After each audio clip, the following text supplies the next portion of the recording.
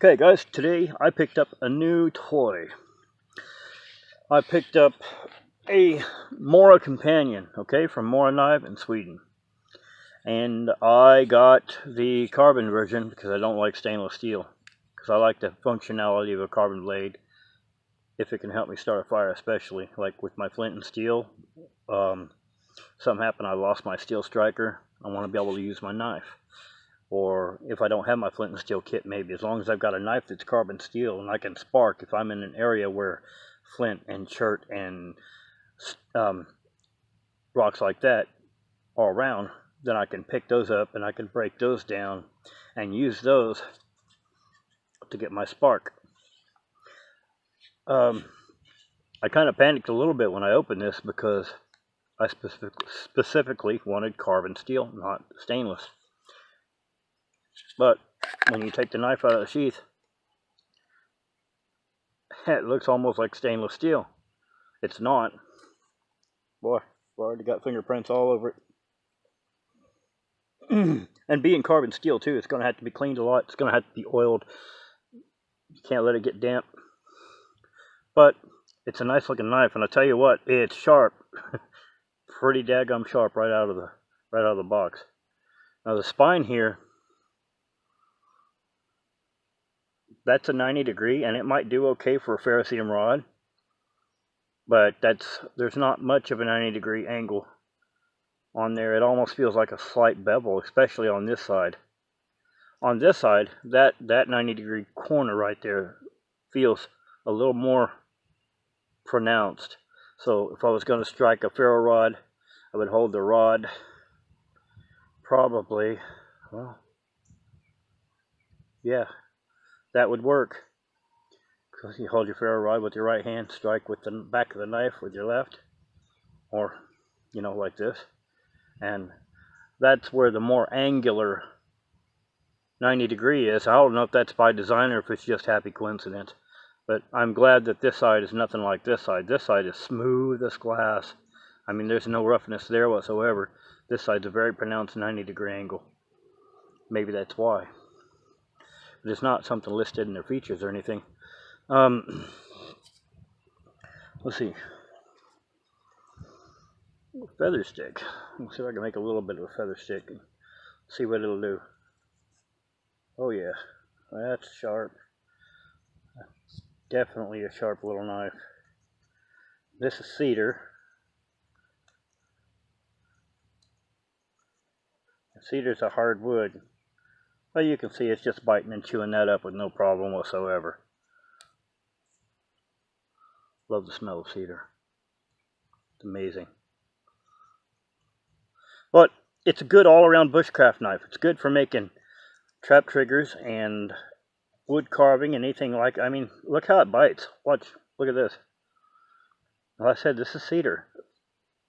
Cedar is tough. It's not an easy wood to work with some knives. Watch this.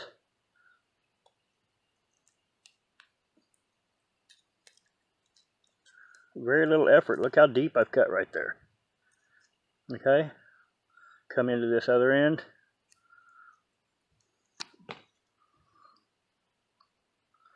That's going to come in real handy. And this is just a factory edge, okay? I've not messed with it at all. I've not doctored. You can see this edge. This is the Scandi grind that came on this blade. I've not touched it. Not even just strooping. This is right out of the package. Truth is, I started shooting this video a little bit ago, and then I thought of something that I wanted to do. It's supposed to be a carbon blade, and I'd shot this video already and was a good couple of minutes into it and realized I hadn't grabbed my flint and steel kit, because I've got some flint and some char cloth in here, and instead of using my steel striker, one of the things that I want to do is see if I can get a spark and get an ember with this blade.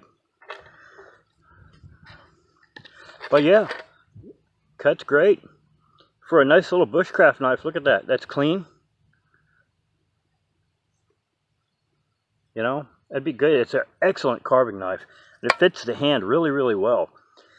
And I like that it's TPE plastic, or TPE rubber I should say, which means it's a combination of plastic and rubber. So it's going to fit your hand really well. It's going to have a little bit of give to it when you squeeze it.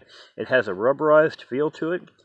So even if your hands are wet, it's not going to slide out of your hand very easily.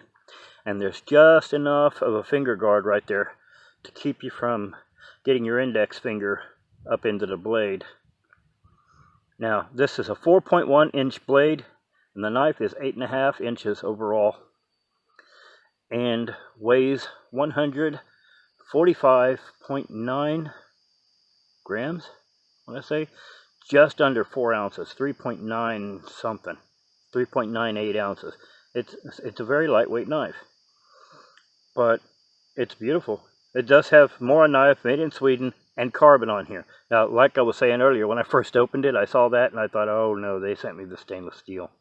You know, that would have been not a huge tragedy. I would have kept the stainless steel and just ordered another carbon, because a stainless steel knife does have its place. I have a few of those. But, now this is the big test. Almost any knife is a good cutting knife for just small tasks. But as the tasks get bigger, that's when you need a better knife. And what I want to see is whether or not it'll throw a spark and create an ember. So I've got my flint and steel kit. This come from Wilderness Outfitters, David Canterbury's site, Pathfinder store, anyway, one of those. And I've got a piece of flint here and some char cloth.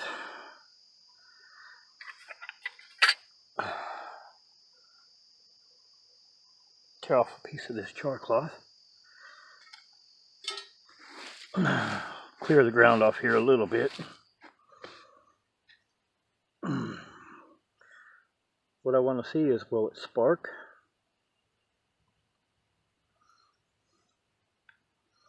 You know.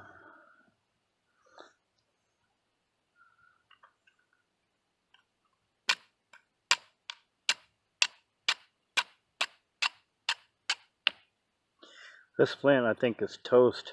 I need to nap it again. Let's try this other one. The trick with the flint and steel kit is to find a place on the flint that's sharp. I mean, it feels like if you're not careful, you'll cut yourself. That's where you want to strike. Let's see. Striker here.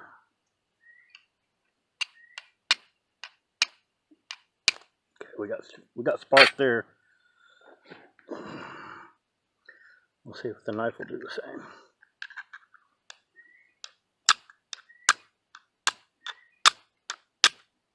A little spark.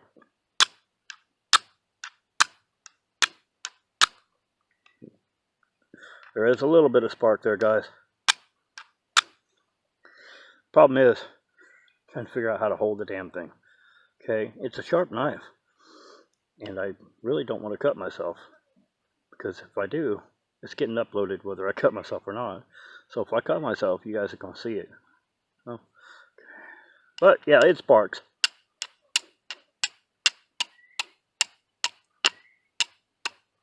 I said it's not a very good piece of flint.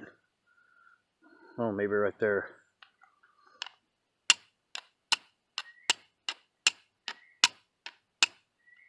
But yeah, I'm getting spark. If I napped a second piece of flint and had a better edge on that, I'm sure I could spark it better. Plenty enough to light a piece of char cloth and probably get an ember with this knife. Oh, we'll see here.